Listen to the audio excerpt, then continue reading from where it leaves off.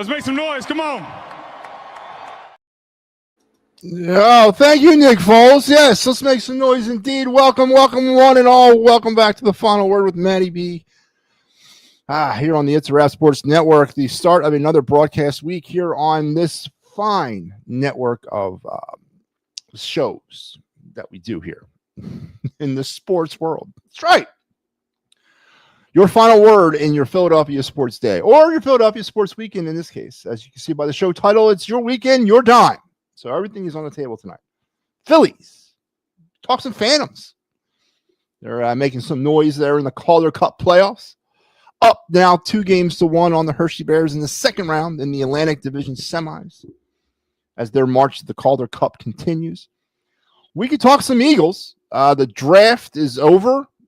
Is it finally over? Can we now move past that? We can put our final word on the draft. Matter of fact, I do want to talk something more about the draft tonight. Not necessarily, I don't want to go back over the players and assess some wacky grade to a draft that you cannot even touch with a grade for another 3 seasons. But I do want to talk about the philosophy, I guess, around the draft and how it might shake out for the 2025 Philadelphia Eagles. What else should we talk about? And basically, anything is on the table. Hockey again, the Flyers back in the news. 2 things going on with the Flyers. Carter Hart in the courtroom, along with his 5 or 4, whatever it is, 4 or 5 of them co-defendants as they stand trial for sexual assault up in Canada, led to a mistrial. Mistrial was revealed here about 3 days into the trial, so they'll all have to wait to be retried. And the NHL draft lottery is tomorrow. The Flyers have an opportunity to potentially get the first overall pick. Would be the second time in their franchise history that they do that, or they could fall as far as 6 in the draft. So we'll find that out tomorrow. Our of the night segment and our card review, all that greatness here and your night in Philadelphia sports history, brought to you by the great folks that make up It's a Sports Wrap Network. It's a Wrap Sports Network, to include the fine shows like the PM and the AM program that returned today, May 4th, 2025, will live a day that will live in infamy here on the network as the Pat and Mike return to the airwaves triumphantly this morning in a great show. Great to have them back. And from the bottom of my heart, they did a great job, and I'm glad it worked out well. So here's to a unknown amount of years of cooperation between the It's a Wrap Sports Network and the PM and the AM program on Sunday mornings at 9. So if you missed the show this morning, go ahead and check our YouTube, our Facebook, our X, Facebook, our TikTok. I think it was also on today. I don't know anything about that stuff. I really need someone over here to manage all that for me. I'm a babe in the woods, man, when it comes to that crap. I'm too old to run these social media sites the way these kids do. But if you missed it, go back and check it out on any of those platforms because it's there. And make sure that you're there live every Sunday morning at 9 a.m. for the program. Oh, man. Adam, what's up, Matty, for a second? Yeah, as Adam alludes to, I was on the Fighting's Final just a few hours ago talking about that painful loss, man.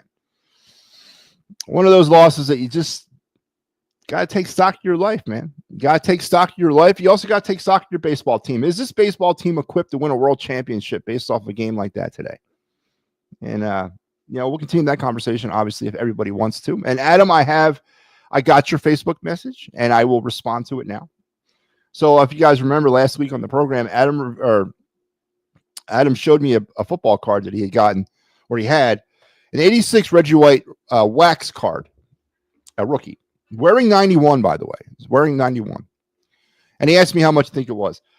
And I went around and I looked at some of the databases that I look at and that I trust, and rating places that I trust. And I saw some varying amounts of money. And I did mention, that because the card is from the wax era, there's quite a bit of them. And it's no frills, right? But to me, it really hinges upon whether or not you get it. I really do believe you should send it off to be graded. And I know you said you brought it to a car dealer and they said it was only worth $10. Well, car dealers are going to tell you that, Adam. They're going to tell you it's worth $10 because yes, in some worlds it is. And I've seen it for $10. But I guarantee you that car dealer that you sell it to is going to ship it off to PSA. If it comes back a 9, 9.5, or 10, he's going to mark it up to about $3,000. So there is some truth in what he said. I'll give you that. But it is a business, and they're looking to sell low, or I should say buy low, and you want to sell high. So I honestly suggest that you send it off to PSA to be graded. It's a very simple process. Get on the website. They'll walk you through it, and it doesn't cost much. And then you can have a better idea of how much you should try to sell it. And auctions are good. You know, auctions on the Fanatic does auctions all the time for cards. You can put it on eBay for an auction and set a price, a start price, and see what you get out of it. But card dealers they're going to try to lowball you. He wasn't necessarily lowballing you, because I have seen that card for $10 ungraded, but I've also seen it for $5,000 graded as a 10 or 9 or 10. So I suggest you send it out there and get graded. Ricky Deal was watching. Hello, Ricky. Thank you for joining me again. Joe, how are you tonight? Adam's going to start us off with, do I think Goddard will be here by the start of the season? And I've actually had put some thought into this. And to answer that question, I want to show you this. All right, Adam, I'm going to take your comment down for a second. I'm going to show you this little stat here. You might have seen this on this show before. Jalen Hurts attempted 361 passes in 2024. Only 48 of those were to the middle of the field. Why? And the reason why I show you that, Adam, is to answer the question is, yes, I do. And why I believe that he's here. Now, the only reason why he wouldn't be here is that the Eagles are trying to save some money. But pure talent and pure what he provides the team, yeah, I do. Because the Eagles don't throw the ball up to the middle of the field. They don't. And I know a lot of Eagle fans have short memories when it comes to the troubles of this football team, especially after winning a Super Bowl. You should have a short memory of what bothered this team. But prior to the bye week, and really dating back into 2023, Jalen Hurts had trouble threading the needle across the middle of the field. Either he was too late, resulting in an incomplete pass, too soon, resulting in an incomplete pass, or too late, resulting in an interception. So what did the Eagles do after the Week 4 game against the Buccaneers? They totally scrapped the middle of the field passing attack in favor of a running attack led by Saquon Barkley. Now, the results were amazing. The results were Super Bowl winning. So I don't think, because your quarterback is still here, and he still has the same issues that he did last year, and the same issues that he had the year before that. I don't think Dallas Goedert, I think the Eagles devalue the position. And as long as they can keep Dallas Goedert in the lineup for what he does well, which is he does provide some decent run blocking, and they'll give him some passes here and there. They'll try to work the middle of the field a little bit for him. But I just don't think the Eagles cared that much about the position. They went out and they signed 2 cast-off players in free agency to provide some depth and competition in camp. So, yes, to answer your question, I do believe he'll be here because I don't think the team values the position because their quarterback cannot get the ball consistently to the tight end. I don't know if that's the answer you wanted to hear. I know that's not the answer the homers want to hear when they elevate Jalen Hurts into elite status. But how are you going to talk about a quarterback that's elite who only threw the ball? No, that was the wrong one. I was going to use that one next. Who only threw the ball to the middle of the field 48 times in 361 pass attempts. And again, people are going to get mad at me, but that's the number. That's what happened. That's not me making stuff up. So yes, I do believe he's here because your quarterback and the offensive game plan designed around that quarterback does not feature the tight end because it's the window of opportunity, that tight window of trying to throw balls into the center of the field that Jalen Hurts does not do well at all. He's not good at it. And yet he's an elite quarterback, which, we're going to start the Jalen Hurts conversation probably real soon, sooner than later. So I'm not ready to start it again, but we're probably going to get into it again. I got no problems with Jalen Hurts. He's a Super Bowl winning quarterback. But I believe totally that they're not going to value the position of tight end. They're not going to upgrade it. They're going to ride out Dallas Goedert. I believe this is his final year. And then they're going to go from there, potentially draft his replacement next year. Because if they were so goddamn fired up about the tight end spot, they would have drafted somebody in the 2nd or 3rd round. They would most definitely would have drafted a tight end. They didn't care about it. They're comfortable with what they have. People want an upgrade at tight end because they feel like that's somehow it's Dallas Goedert's fault. Now, Dallas Goedert has problems staying on the field. I'll give you that. But even when he's on the field, the quarterback doesn't throw the ball to the middle of the field. So it doesn't really matter. So, yeah, I do believe he'll be here. Unless the Eagles can find a way to cut costs, save some money somewhere, chuck him out for maybe a first-round pick. Yeah, they'll probably move him. But the Eagles are playing with house money when it comes to Dallas Goedert. Yeah, great. He's here. Awesome. He's not. It doesn't really matter because we devalue the position. So I hope that answered your question. Alrighty. Joe Hal wants to ask me a question about Emil Andre on the Phantoms. Yeah, I mean, what do you want me to say? He dominates at the AHL level, but I'm looking for more from Emil Andre. We need him up at the Flyers, which he's had problems with. He's a good young defender, really good, but he needs to make that transition into the NHL. But we'll get to the Phantoms in a second, Joe. And I promise you, I'll expand upon that answer more. Tonight here, let's get going with the day in Philadelphia sports history, because it's interesting that Joe brings up a Flyers point or a hockey point. So tonight, oh, by the way, let's strap it in, strap it on, strap it up. Keep your hands, your feet inside the car and your head. Hands, feet, and head inside the car at all times. And let's go. Tonight in Philadelphia sports history, we go back to the year 2000. And it's funny because this is a two-parter. It started on this day in 2000 and it ended tomorrow in 2000. So part two of this will be tomorrow, but part one is now. After all the Flyers began play in this eventual quadruple overtime game on May 4th, attempting to tie the Eastern Conference semifinal series with the Pittsburgh Penguins at 2 games apiece. And that's it. I'm not going to read the rest because the rest continues on May 5th. Yes, tonight or today is the infamous 4 overtime playoff game between the Flyers and Penguins back in 2000. That was eventually won by Keith Primo in the 4th overtime. It started on this day back in 2000 and it ended tomorrow. So I'm not going to reveal what happened. If you guys don't remember, then oh well. You'll have to wait for tomorrow to find out the answer. But tonight, back in 2000, the Flyers and Penguins in one of the most famous games in Flyer history started tonight in the Eastern Conference semifinals. Flyers Penguins quadruple overtime. Began on this day back in 2000. I watched the whole game. Yes, Adam, so did I. I was actually in the Army. I was stationed down in Louisiana, Fort Polk. And I remember watching it in my room, in my barracks room there. And yeah, that was fun. It was a fun game. It was a fun game. And we've heard stories relayed by Keith Jones, by Danny B. They ran out of food. They ran out of energy for these players. They were eating bananas in between the 3rd and 4th overtime period to try to get them a little burst of energy. Players were just running on empty. That's great hockey right there. And it was in the playoffs. This is great hockey. Great hockey. And I'll reveal what happened tomorrow. So there you go. There's your day in Philadelphia sports history. Flyers Penguins in the infamous quadruple overtime game. Part 1 tonight. It began. It ended tomorrow. And I'll tell you what happened. Oh, I think I already told you what happened. But we'll reveal the second part tomorrow.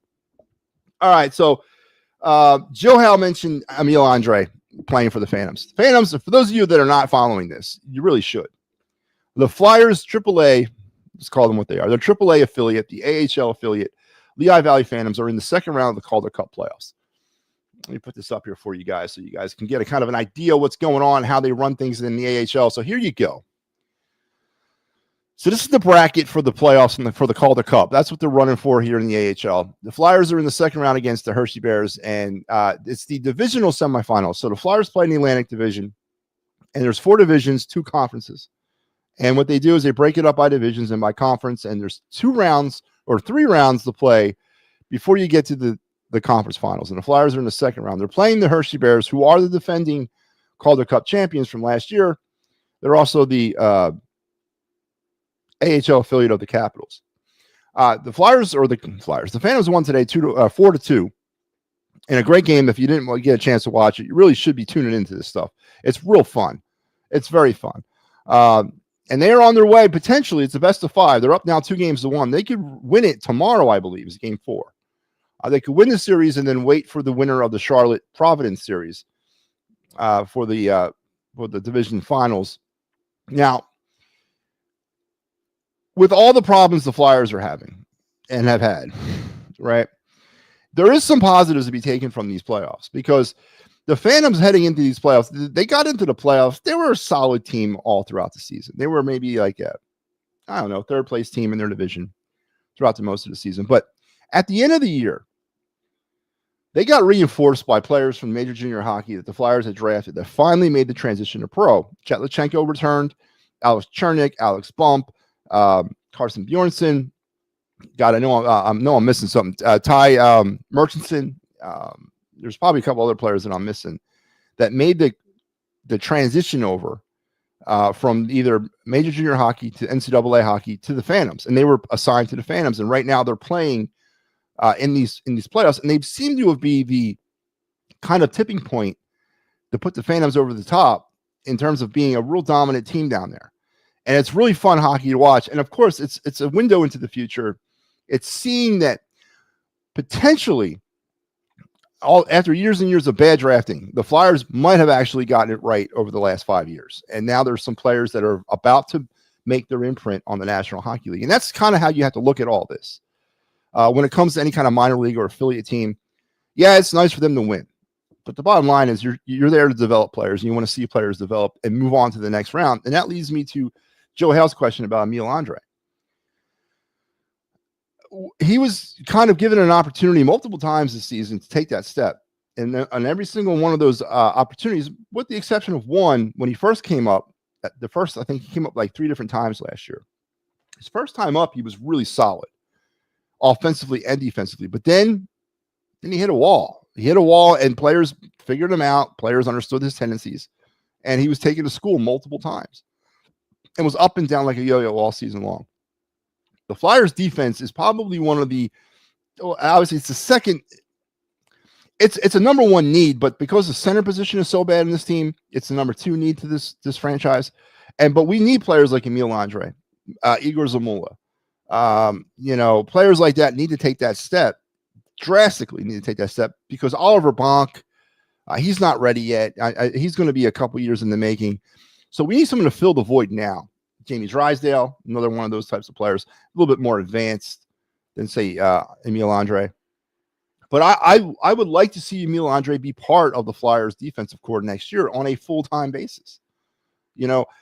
He's one of those players they're putting a lot of confidence in to be that, because the Flyers are not going to be able to rebuild their defense in one offseason. They're not going to be able to go through free agency and rebuild their entire defense. There's too much invested in young players in that defensive core that they've decided that's the route they're going to go in terms of rebuilding the defense. And unfortunately, when you do that and you have nothing but younger players, you have to go through these types of things.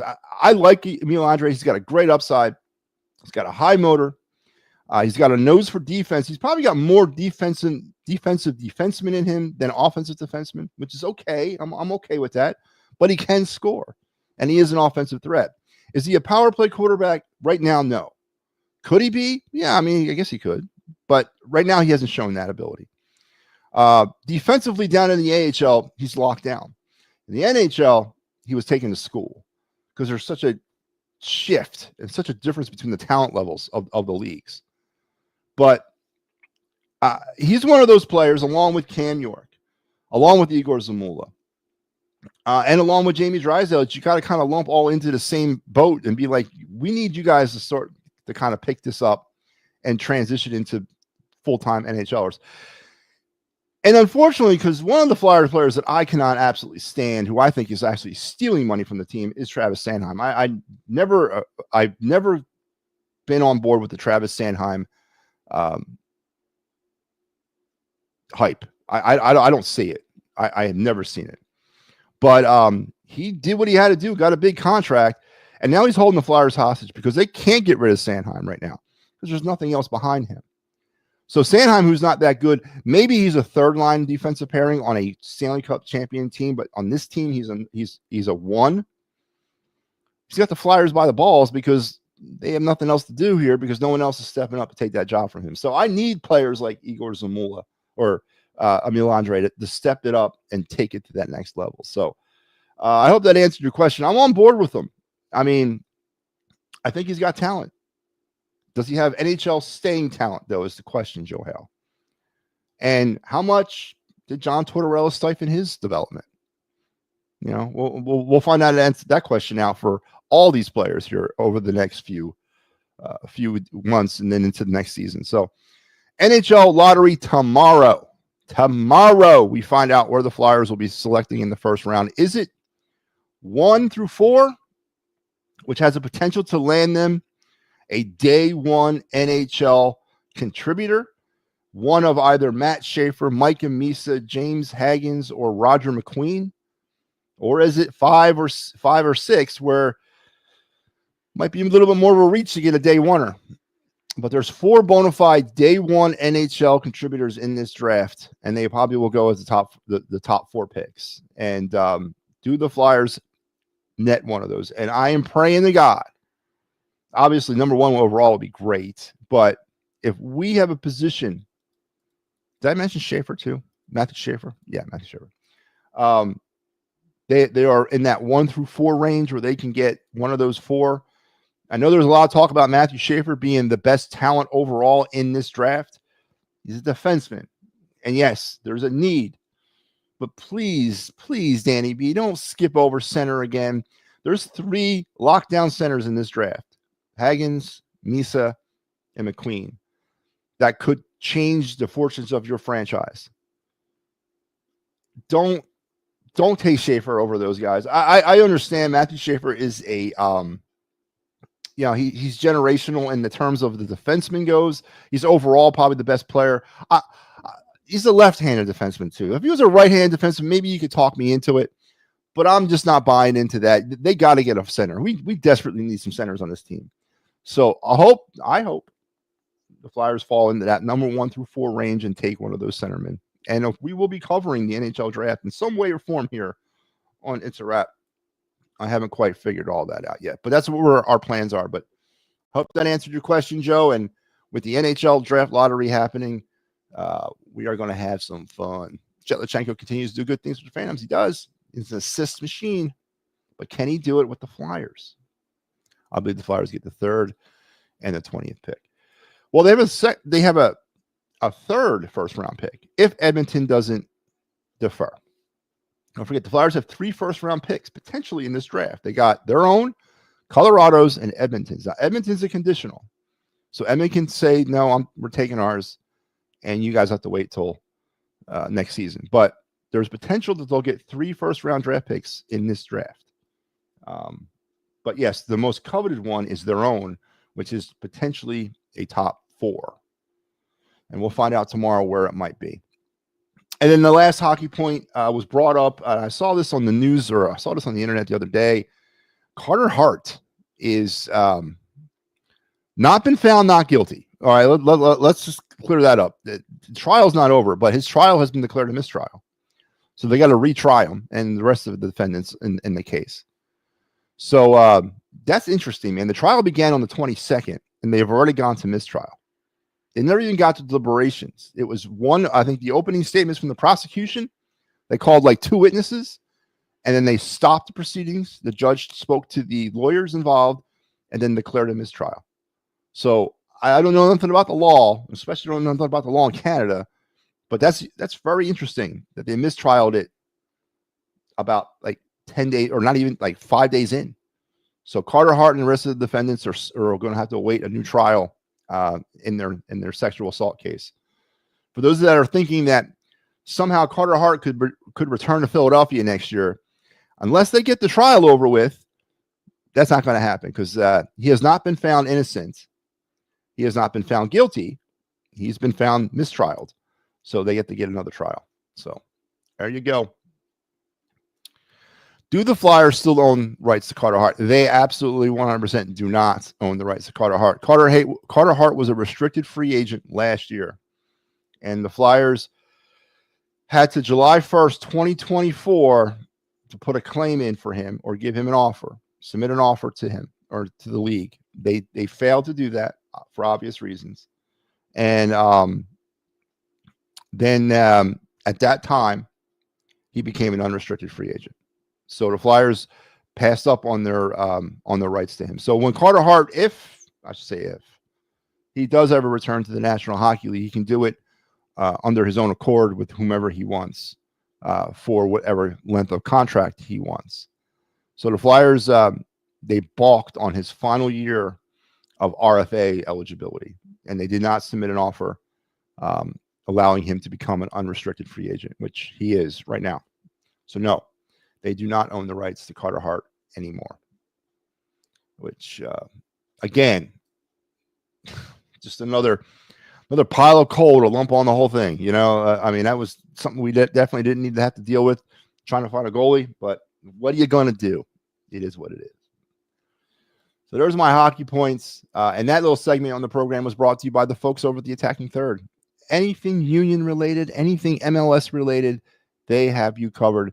Make sure you go and check them out every Thursday night at 9 here on the It's a Wrap Sports Network. Pat Bernard and Steve Fuentes. Steve Fuentes. I know how to say his name. I'm like the only one who does. So make sure you check it out, the Attacking Third. All right. Let's now go into the world of football. It's time. You know, I can't avoid it. I try to. I'm going to hold the Phillies off to last because I already went on a rant about them. But let's talk some football. Let's talk some Eagles. Let's talk some Eagles draft. And let's wrap up my draft conversation with the Eagles. Well, actually, technically, I'm not. I'm going to bring up the draft conversation one more time on May 15th. May 15th, 8 p.m. I believe it's a Thursday night. The Birds Blast with Kyle Quinn will return to the It's a Wrap Sports Network. Me and Kyle will talk draft, we'll talk free agency, and we'll talk schedule release because the schedule's coming out May 14th. We'll have an opportunity to jump into that as well. So make sure you're tuned in for that.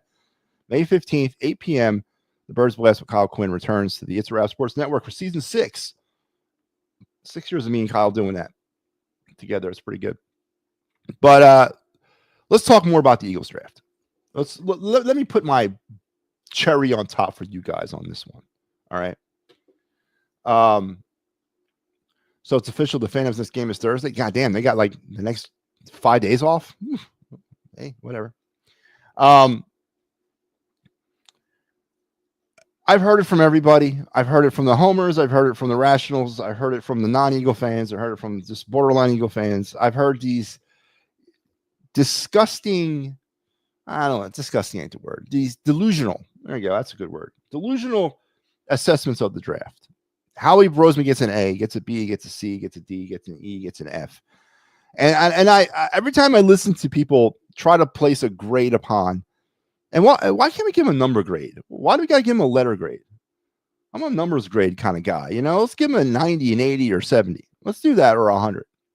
But every time I hear Nimrods try to give a grade out to a draft that occurred less than a week ago or a week ago now, it makes me shake my head because how do you know how any of this is going to work out? And I hear the same thing. Oh, this guy was a steal. This guy fell here. This guy fell there. How do you get a top 15 talent fall to 31? Well, yeah, how do you get that? How does everybody pass on this alleged top 15 talent and he comes to you at 31? There's probably a reason for that. And it's probably not a positive one. It's probably because it's the injury. And I'm talking about John Campbell.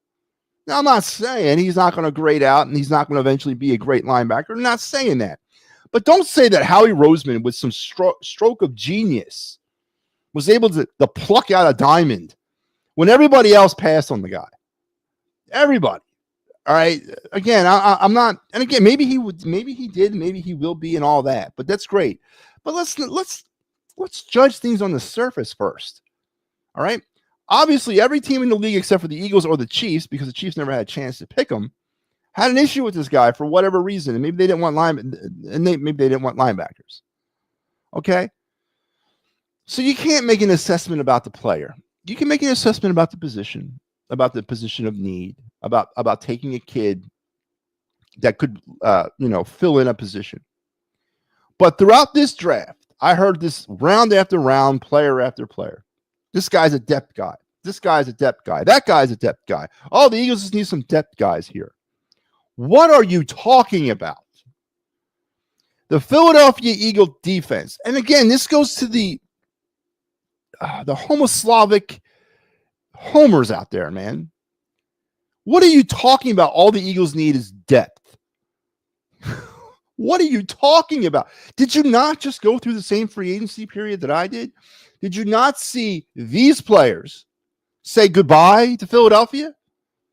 All of them on this list, with the exception of one person, Becton there, is a prime defensive contributor, was a mainstay in helping the Eagles win a Super Bowl.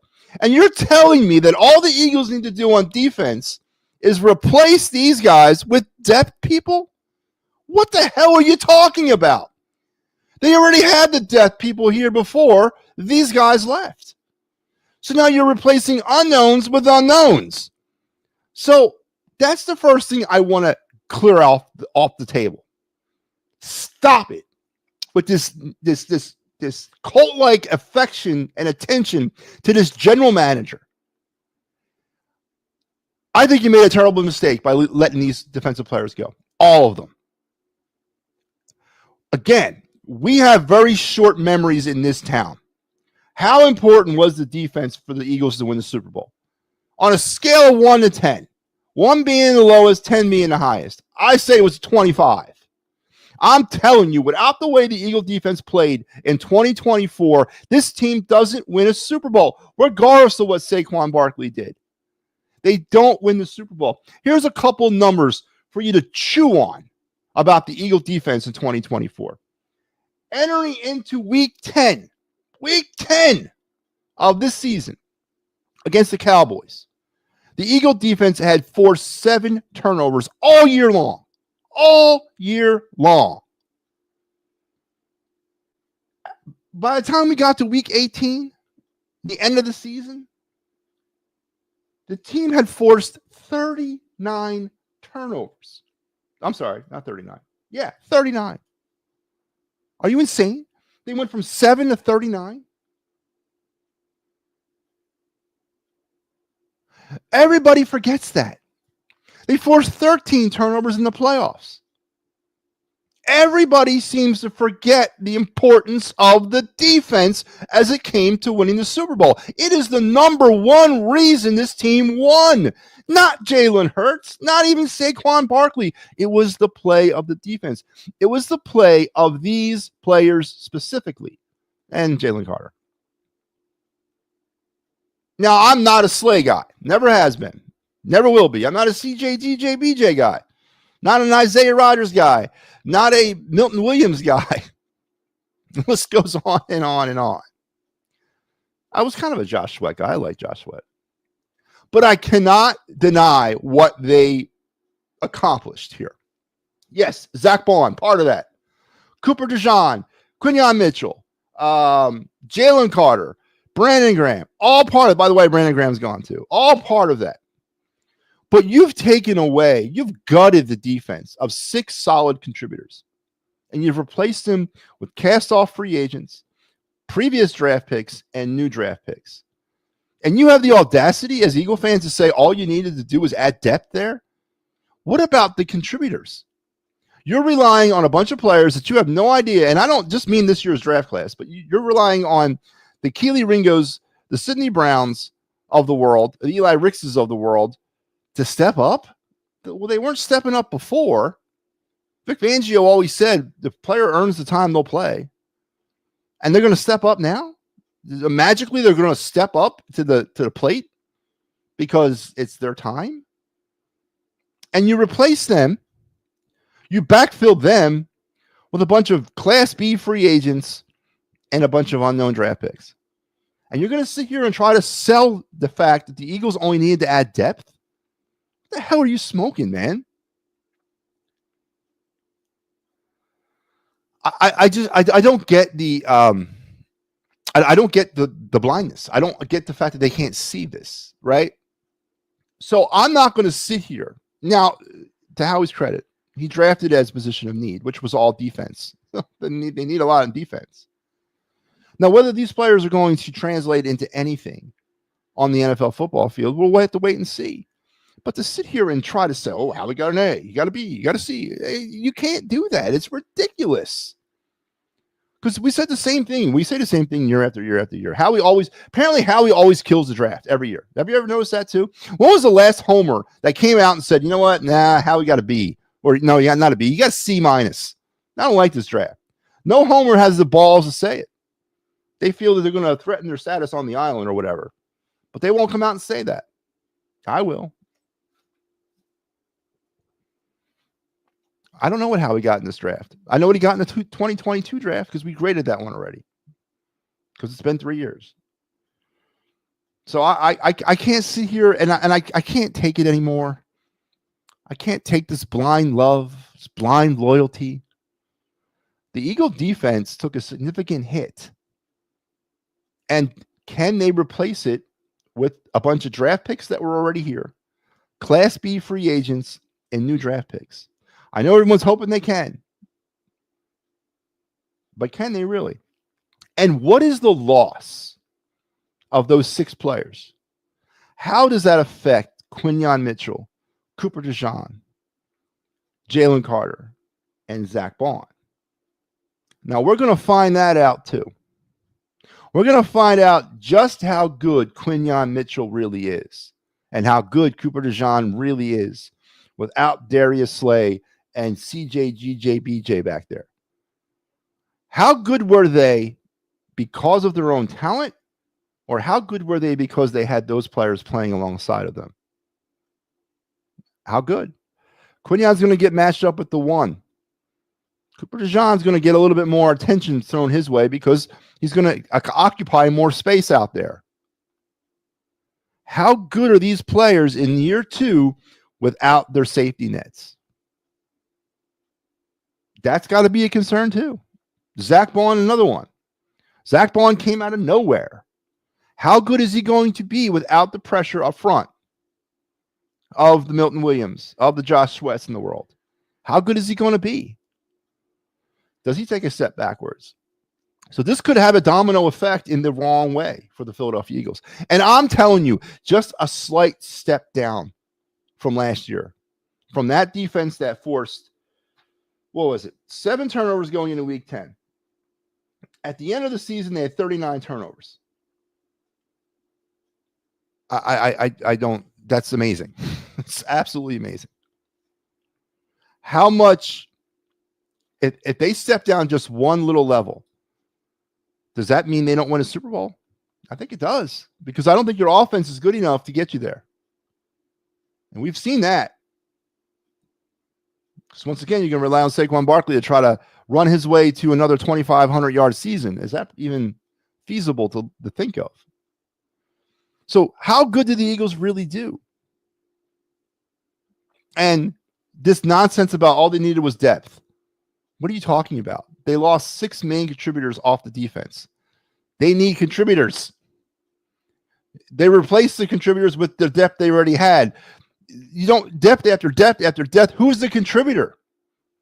Who are the new guys? So it's not as cut and dry, in my opinion, that Howie Roseman killed the draft. I'm just saying. But nobody ever looks at it that way. No one ever looks at it that way. I'm okay letting Slay go. Listen, I'm not saying these were the wrong moves either. Slay was declining, but he had a great season. CJ, DJ was actually probably more of an issue on the field than he was, for the Eagles to deal with. I mean, with his attitude and the bad penalties and getting kicked out of games, right?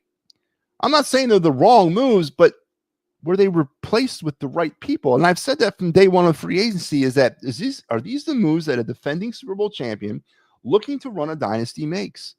By signing a bunch of Class B free agents, second-level free agents, and relying on drafted players who up to this point have not taken the next step. And again, no one can answer that question. No one can tell me where the magic's going to come from for Keely Ringo to all of a sudden find his way onto the field every day. Vic Fangio said it every day last season. If a player deserves to play, he will play.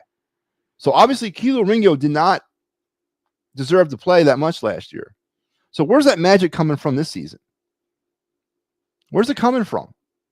Is it part of your like magic Howie bag? You guys get like a little, does Howie Roseman send you a bag of like green dust that you sprinkle on yourselves and over your TVs every season? Pray to God that this works. Last year it did. Is it going to work this year? How can you replace depth with depth?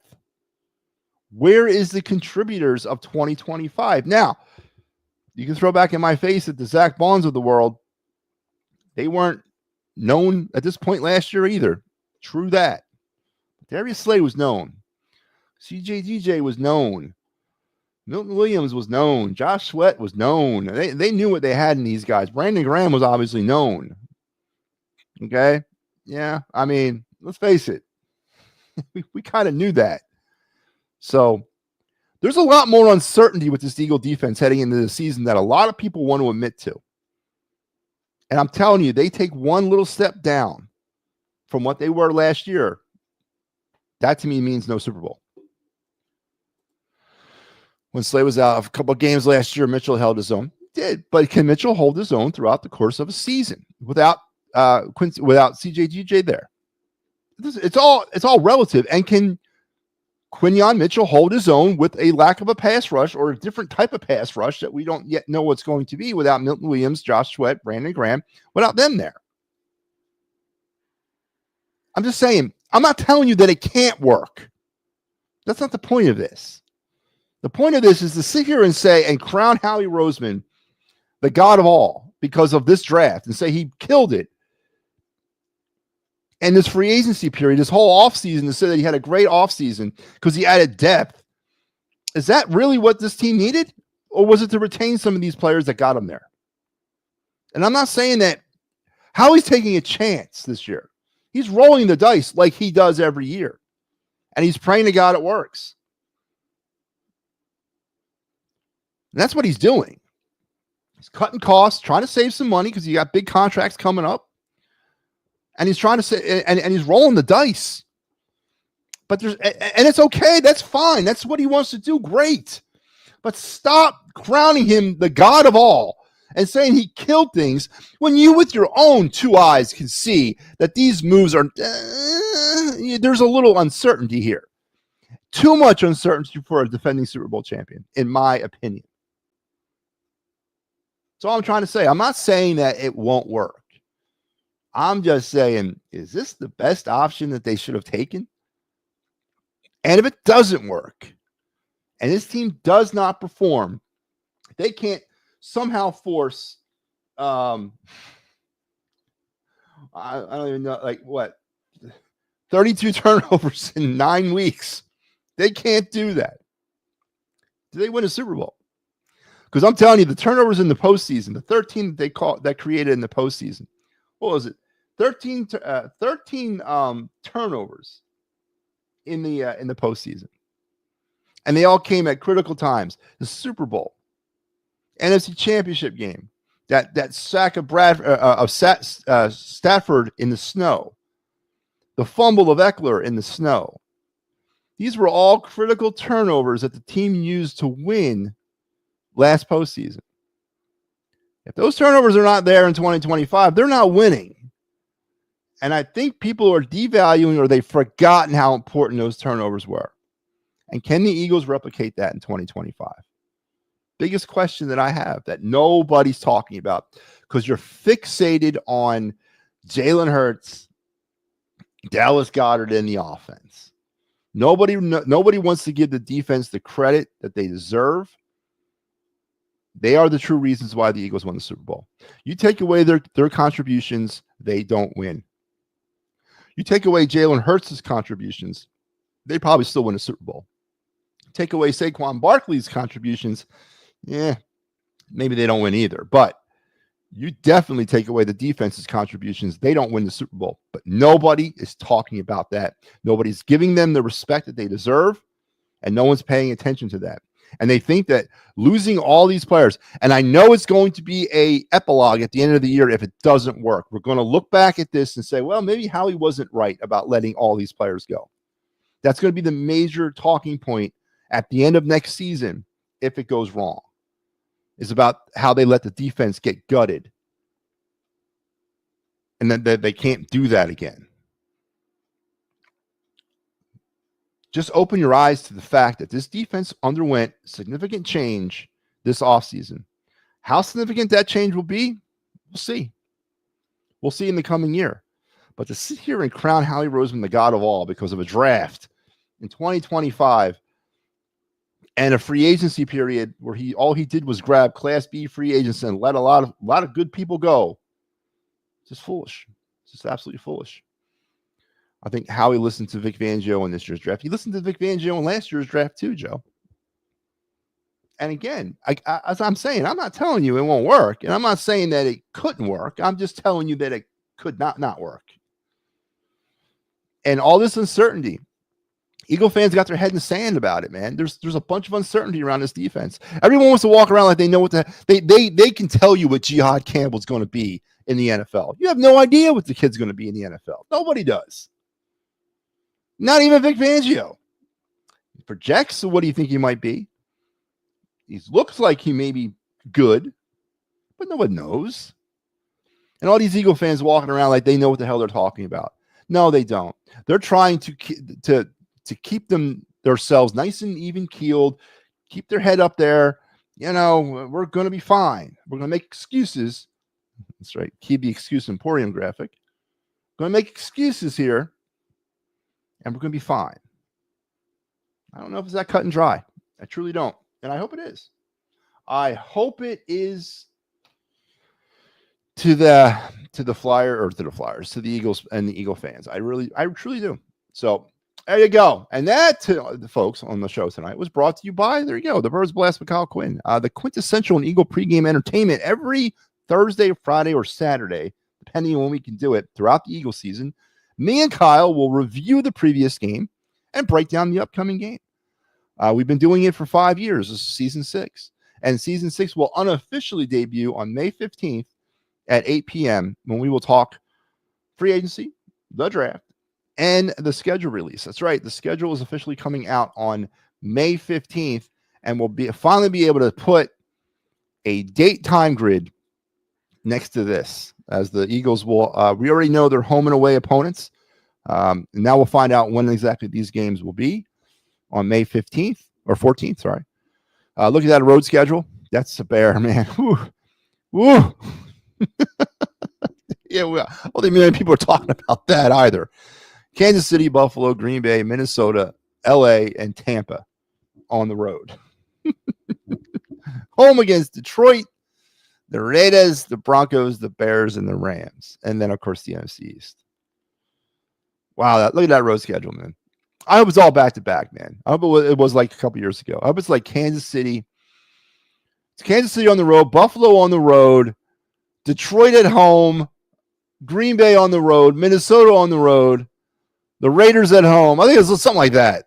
Actually, I hope Detroit's the opening game. But there you go. There's your opponents for 2025, and the schedule will come out May 14th. We'll finally find out who the Eagles are going to open up against. I say Eagles Lions at the Link, Thursday Night Football. Eagles get the rings, and they kick off against the Detroit Lions at home. Because based off of that schedule, that home schedule at least, it's either going to be the Lions or the Rams, I think, honestly.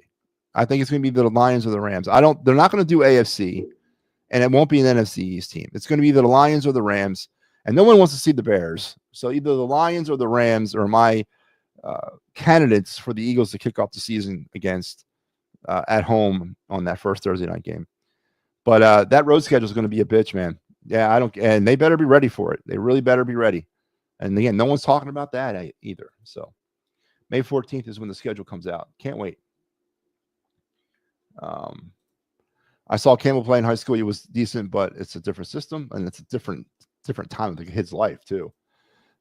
Can fans question to you and Kyle Quinn, when do you Facebook Live, or is it pre-recorded? So, Joe, that's a great question. And unfortunately, it's hit or miss with that. We do live, and yes, you can come on here, and it'll be advertised. You can come on here and ask questions, and we will answer them. But sometimes it's pre-recorded because of scheduling conflicts. But no, I prefer live, and the show on May 15th will be live. That one's penciled in as live. Some of the shows throughout the year, though, because we can't get onto a certain steady time, we'll do it pre-recorded, or sometimes we'll do it at like 3 o'clock in the afternoon and go live then. I prefer live, but yes, Kyle will answer questions. I will answer questions. We will have fun back and forth. But yes, to answer your question, both, but preferred live. So yes, be on the lookout for that. There you go. So there's my Eagles thing. And one last hockey note. Go back to hockey real quick. The Utah Hockey Club. You guys been tracking this in the news? So the Utah Hockey Club still hasn't come up with a name. They came up with 3. They did a fan vote, and there's 3 names that were the top 3 names were voted on. And they were the Utah Yeti or Yetis, the Outlaws, or the Mammoth. Those were the top 3 names for the Utah Hockey Club. They went to the trademark and patent pending office and tried to trademark all 3 of those names. Yetis was denied because the office said it was too close to another company, so they couldn't do the Yetis. So that leaves the Mammoth and the Outlaws as the top 2 remaining team names that they were able to patent or trademark. Now, they have not decided on name yet publicly, but they had an accident on their YouTube channel a week ago where somebody changed the URL and the name of the channel to the Utah Mammoth and sent it out. It was officially changed by somebody in the team. Now, they quickly found it and deleted, deactivated it, and changed it back. But the prevailing winds now are saying that the new Utah Hockey Club team will be called the Utah Mammoth. Not official, but that's what everybody seems to think now because of the little slip up there from the PR department. I would prefer Utah Outlaws, man. That'd be cool as hell. Black, red, and white would be the uniform colors. That would be badass. Mammoth is a big elephant, man. Who cares about that? It's a hairy elephant. What's so menacing about that? Was he gonna have a mean look on his face? I mean, but the Utah Outlaws, that's badass. All right, I'm sorry, but it looks like it's going to be the Utah Mammoth. Don't quote me, but that's the prevailing winds. Yay, twice the MattyB on Thursday night. Not this Thursday, Joe. Oh, well, yeah, no. Well, so here's the deal. If we're going to go Thursday night, May 15th, I hear what you're saying. We'll be at 8 o'clock. I probably won't come back on 10. I probably will just do that show. I probably won't do a final word that night because it's at 8. Kyle can't do 10 because he's got to get up early and fiddle around on the radio. So it'll be at 8 o'clock. We've already booked the time. It's going to be at 8 p.m. on May 15th. So I probably won't do my own show on that night, but doesn't matter. Trust me, you'll get enough of me. All right, so let's go and let's knock out our of the night segment here on the show.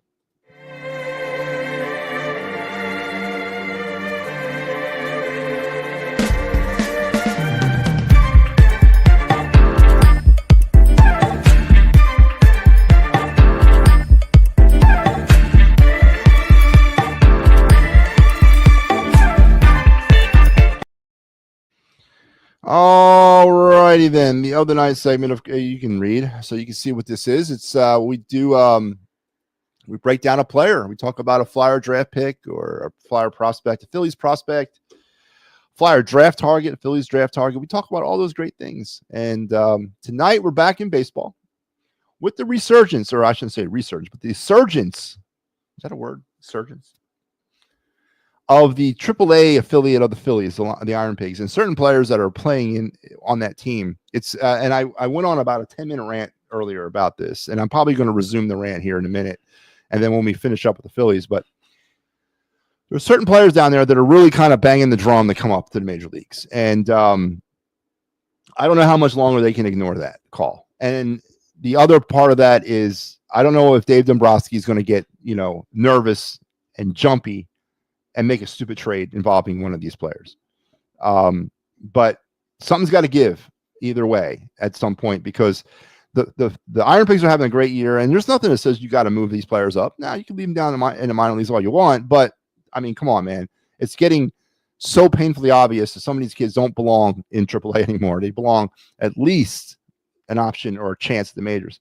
And tonight's Philly prospect, that's what we're going to do tonight, Phillies prospects, is one of those players, maybe the main one, out of nowhere. Otto Kemp, the third baseman of the Lehigh Valley Iron Pigs, perhaps the epitome of a late bloomer. He'll be 25 for nearly all of this season. Kemp has impressed the Phillies with his aptitude and ability to implement instruction. The right-handed hitter continues to show he can handle the bat with more impact in 24 in terms of extra base thump. He can punish fastballs, but has struggled more with softer stuff. 40% miss rate against breaking balls and changeups last year, according to Synergy.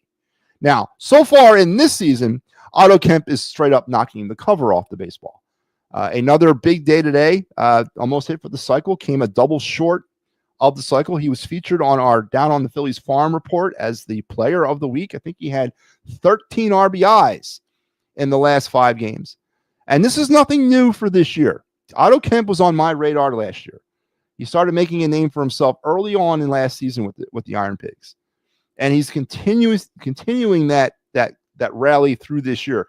So to me, this is nothing new. Otto Kemp has deserved an opportunity at this level, probably now for the last going on calendar year.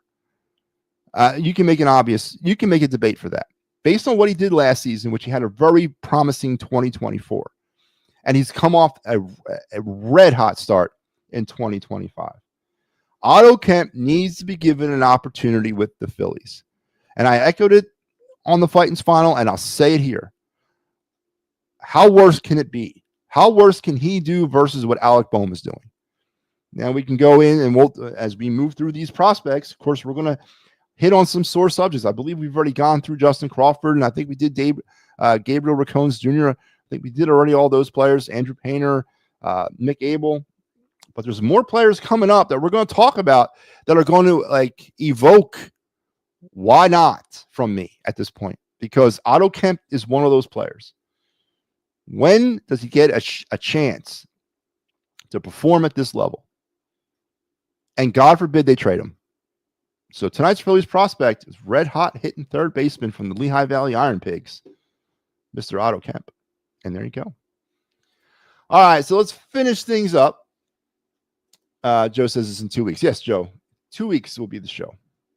Let's finish up with my Phillies rant, and then we'll do the card review, and then we'll head out for the night. Phillies lost today 11-9 in a very entertaining baseball game. I do want to stress that because I had fun covering that. I had fun watching it and covering it. It was really good. But it brought a lot of the Phillies problems right to the surface of this, right? The misuse of the bullpen. Why Rob Thompson is sitting certain players with a day off tomorrow, the managerial shortcomings of this team. Bryce Harper overswinging in the 10th inning, trying to hit a home run versus to move runners along. He did that at bat in the 10th inning where he flied out to center field. Was a totally unproductive at bat for a player that makes a lot of money to come up big in a situation like that. And big doesn't mean a home run. Big means moving runners along, move them up, move the runners from first, second to third, drive in a runner with a base hit, load the bases with a base hit, do something, get on base. It doesn't necessarily mean hit a walk-off 3-run home run. So today was a entertaining game, but it was a frustrating game. Ranger Suarez and his troubles continue into 2025. And Rob Thompson already leaped before he looked. He already put Taijuan Walker into the bullpen. Walker's on his way there. I think it's a mistake. I think you ride Walker until you can't ride him anymore. Then you give Suarez an opportunity in the rotation. What has Suarez earned? Has Suarez earned a rotational spot based on what happened to him last year and today? Yeah, apparently he has. So today was a very entertaining baseball game. But yet it was a troubling game because it brought up all the problems that I think are plaguing this team and are going to eventually be the reason why they don't win a World Series. And it's hard for me to get past those things. Yes, it's May 4th. Yes, I get that. But again, this is not like it's something new. Like, oh my God, Bryce Harper overswang? Oh my God. Say it ain't so. No, he does it all the time. Rob Thompson doesn't know how to improperly employ the bullpen? There's no roles of those pitchers out there. I'll say it ain't so. No, does it all the time. Ranger Suarez struggled with his command. Say it ain't so. No, it's been happening for a while now. Alec Bohm booted a ball down the line. Say it ain't so. No, it happens quite a bit.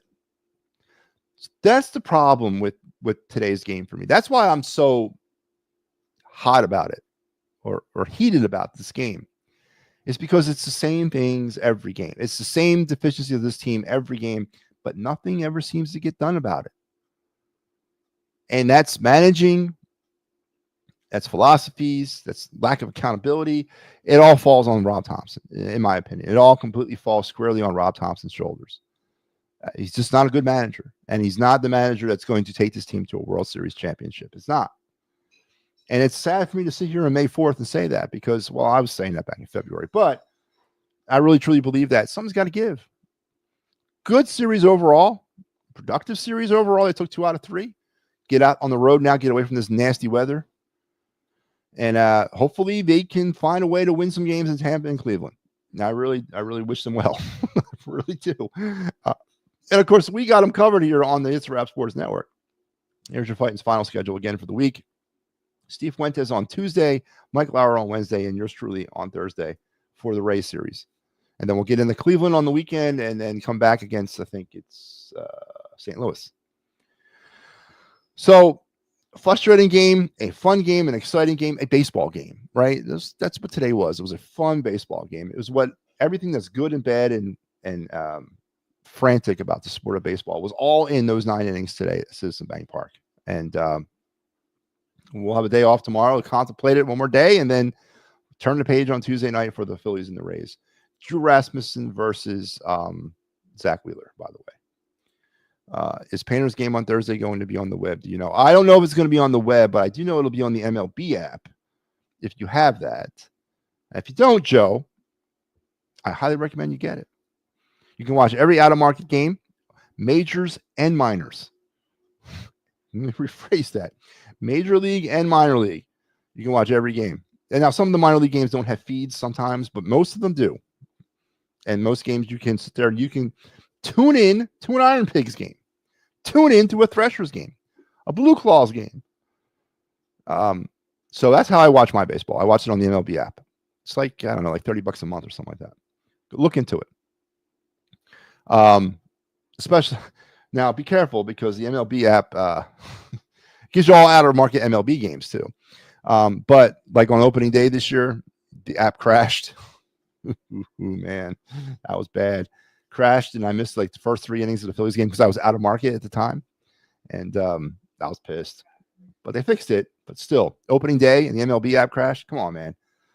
It's like your Christmas tree catching on fire on Christmas morning. It's just, you can't have that. But yeah, so it was just one of those games today, and it brought all the problems that the Phillies have right to the surface. And there's no hiding around. There's no hiding from it. I'm not going to get all excited about the Phillies. I vented on the show. I'll let it go.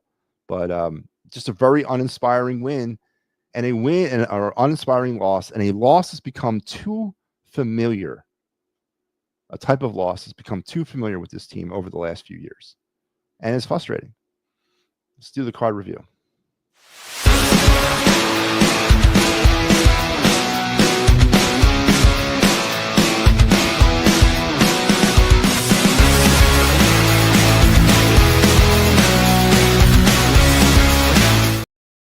All right, the card review segment tonight. We go into my very vast amount of sports cards, and we just have some fun with the card. Tonight, we're back in baseball. I think we were finished up last week with baseball.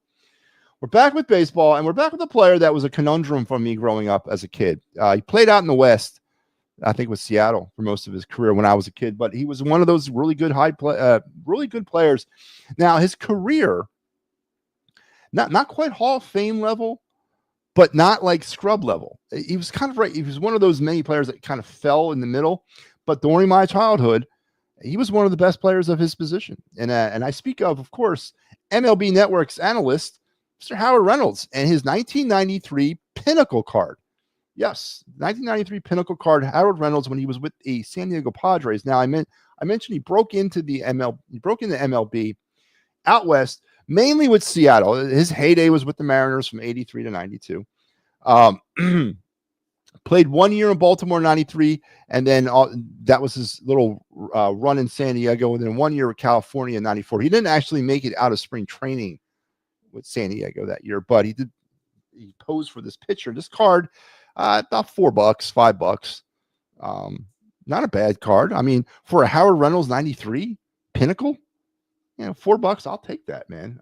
But Reynolds, again, a second baseman by trade, was one of the better second basemen in my youth. But because he played for the Mariners, didn't really get a chance much to watch him other than on This Week in Baseball. But and he also played for the Mariners, who sucked back then. But really good player. 258 career batting average, 21 home runs, 353 runs batted in, 250 stolen bases, two-time All-Star in 87 and 88, three-time Gold Glove Award winner 88 through 90, won the Roberto Clemente Award in 91, and the AL stolen base leader in 87. Of course, that's going up against Ricky Henderson. So that's a feat in its own. And then now, as in his retired life, a analyst for the MLB Network, a baseball guy. Howard Reynolds, a baseball guy. And one of the players of my youth growing up that was very good. Not Hall of Fame worthy, but very good. Pinnacle is a company that made cards for a couple years. They don't do it anymore. This is a pretty cool card. Pinnacle was one of the first companies to incorporate the full front of the card. No borders, no little gimmicks, but no, we're going to use the picture as the full front of the card. And it worked well because a lot of other companies have adopted that style since, used that style, especially in the 90s. This was a popular way to do your cards after the 93 Pinnacles. Very colorful card. It's a digital card. It's not a wax card. It's part of the digital era of cards, one of the first to step out into the new era. The back of the card, and I'll show it to you when I put up the actual card. Again, just a picture of the player. Very basic, but basic without looking basic. Basic but useful. They don't try to get crazy or cute with the borders and the graphics. It's very in your face up front. Again, about a $4 to $5 card on the databases that I trust. And yeah, so Howard Reynolds is our card review of the night, and here is his card in its physical form. Again, this is a clean version of the card. Good front, centering as well, sharp corners. Here's the back of it. I told you I'd show you. Again, very basic, but very effective. You're not wasting much room here. It's the player, and we're not playing games around with fancy borders and colorful little trinkets. Pinnacle, again, does not make cards anymore. I think they only did it for like a year or two. But this is their 93 Howard Reynolds. And this was your card review of the night. Howard Reynolds, 93 Pinnacle. He was good and good. Yeah, he's very good in the MLB Network. Did he play with Griffey Jr. and Sr.? I think he played with Jr., didn't he? Yeah, he would have played with both of them. He was there for 92. Yeah, he probably would have played with both of them. But Howard Reynolds is your guy. And that's going to do me. Tonight's over. We have come to the end of another show. And I want to thank everybody for tuning in. Joe Hale, Adam, everybody else out there, thank you very much for participating and chiming in. We will be back tomorrow night. This is a 4 out of 5 week. I'll be here tomorrow night, Tuesday night, Wednesday night. No Thursday night because I got the post game. So we'll do 4 of these. This is number 1 of the new broadcast week. And I'll be back tomorrow. And don't forget all the great stuff here on the network. Fighting's Final, Tagging Third, and the Birds Blast with Kyle Quinn, and PM in the AM as well. So stay tuned for some great things. Keep checking us out on our social medias. Please like, share, and subscribe. On our Twitter, our Facebook, our YouTube, our TikTok thing, all that, and help us grow this network to dizzying heights that we can take it all the way. Till we talk again, guys, I want to wish you a great night, great rest of your Sunday night, and even better tomorrow. I will talk to you tomorrow night at 10. See you then.